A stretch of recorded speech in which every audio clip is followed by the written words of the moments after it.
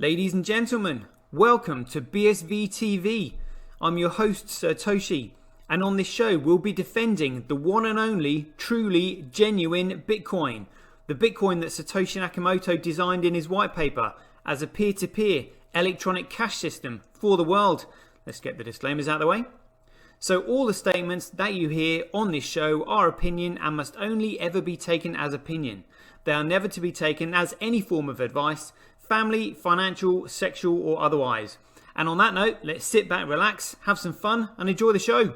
Get paid for your content in Bitcoin and set your own fee on Streamanity. Yeah, I'm not surprised I wasn't asked why I'm convinced Craig is Satoshi. I posted on Reddit. He signed in my presence using the private key from block number one, the very first mined Bitcoin block, on a computer that I'm convinced had not been tampered with, on software I'm convinced that had not been tampered with, a message of my choosing. At Enchain, we've just funded a number of universities doing, so far, a test up to 1 gigabyte because it validates what we've already done independently. We've tested up to 380 gigabyte blocks. We've tested 1 million transactions a second and transaction sizes up to 20 megabytes. Super complex scripts, basically ones that can run operating systems.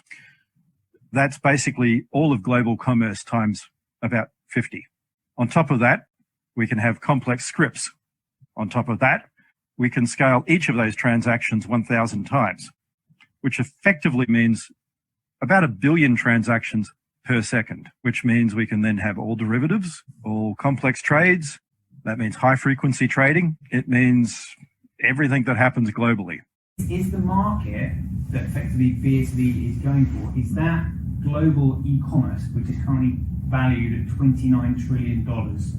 No, that's too small.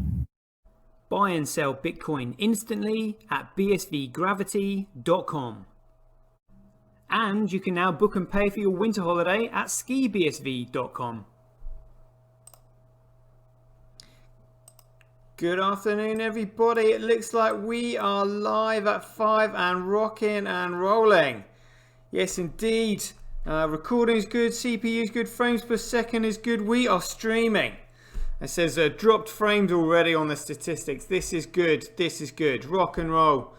Right, I have to say, if anybody's been following my Twitter today, I have been laughing my head off at what is going on with Bcrash hash rate at the moment.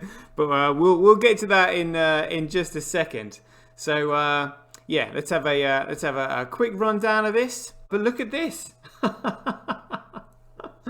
So Binance have got over 50% of the hash rate on Bcrash, and what's important is to look at the mining profitability.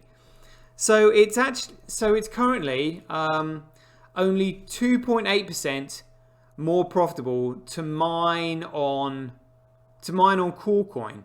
Now, only 2.8% is pretty minuscule, really, in the scheme of things. Now, that just simply means that Binance don't have any incentive to actually reduce their mining capacity on Bcrash and put it onto either Coolcoin or Bitcoin. So effectively, they're just simply going to leave it there, because if they reduce their hash rate further, then they are just simply increasing the profitability for these other miners. And it's just like, well, why would they do that? So I don't know how this has happened. Again, you know, I'm surprised by, you know, I see something that surprises me every day in Bitcoin. But I mean, this is fascinating. 1 minute Hathor was quite a substantial miner on Bcrash, and now that's completely disappeared, and it looks like Binance has taken over the hash rate, but now they're in a tricky situation in the fact that they're going to be, you know, just like I said, giving profitability away to these miners. So they have no financial incentive to reduce their hash rate, which leaves Bcrash with a miner that's got over 50% of the hash rate on the network. Which means they're in a tricky situation here. A tricky situation. You know, and this situation has been manufactured somehow. Like, I don't know how it's happened. I don't have the technological or, you know, the fundamental understanding to understand how this is done. All I can see is the result. And this is hilarious. Like, now they're stuck between a rock and a hard place. which is hilarious. And a miner with over 50% of the hash rate on the network completely undermines its credibility. Like, completely undermined its credibility. And I've no doubt we're going to see more, you know, more antics like this on the way. But this is hilarious. Oh, prices are looking juicy today. Wow, look at this. Yeah, so it looks like it sort of like dropped off a cliff here, and it went as low as $156. I mean, wow. I mean, yeah, being able to pick this up in these price ranges is absolutely phenomenal. But I did have obviously I was doing a bit of thinking about this longer term, and you know, thinking how how Corecoin could potentially be attacked, so that, you know, these shitcoin traders who just simply, you know, piss around with the price can be shaken out and taken care of, because obviously as soon as the Bitcoin price gets attacked, that means that stop losses are going to kick in, and you know, Corecoiners are going to have their traders, they're going to have their stop losses turned into USD, which effectively protects them. So then they can use that to go in later. So I wonder whether or not the price will potentially be you know, attacked in stages to basically shake out the traders, and I think this can actually even apply to Bitcoin, because traders devalue the commodity. So you want to shake out as many traders as possible. So I think that, you know, Bitcoin could actually genuinely be attacked as well, to take out the traders, because it's only traders that are going to be selling. So therefore, the price tanks, the stop losses kick in, they cash out into USD, and then the price could then either, you know, fall lower, and then they think, oh great, well, you know, we'll go in now, and then tank it again, in which case they lose even more. Their stop losses are kicked in again, then it goes down further. That could be one way to do it, or another way to do it would literally just be to yo-yo the price. So the price comes down, the stop losses kick in, and then the price goes back up again. Which means they can't buy as many as they had, so they've lost out. And then that would be another way of doing it.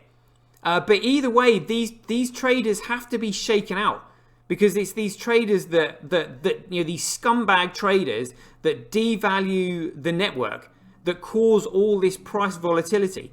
And I mean, look, if you look at the way things are at the moment, I mean, especially with all these, you know, trading programs, I mean, like, they get thousands of views.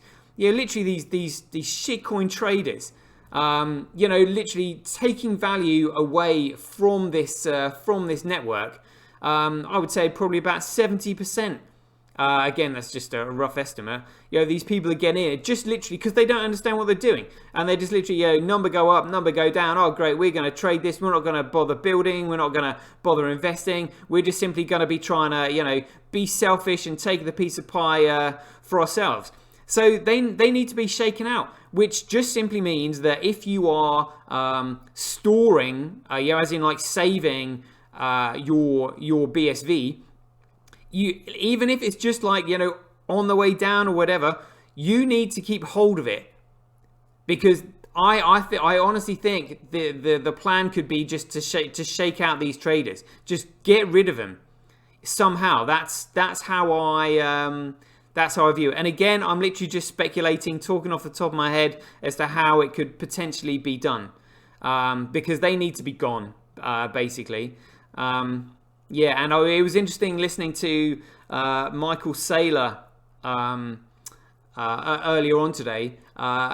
And again, he was saying that if you'd bought, Google or Amazon stock, back in 2012, he said that if you had tried to trade it back then, you would have lost out big time because it was on the way up. So if you tried to basically sell it and like pump it and dump it as it was on the way up, you actually would have lost. So he's basically advocating for investing. Unfortunately for him, he's talking about investing in Corecoin.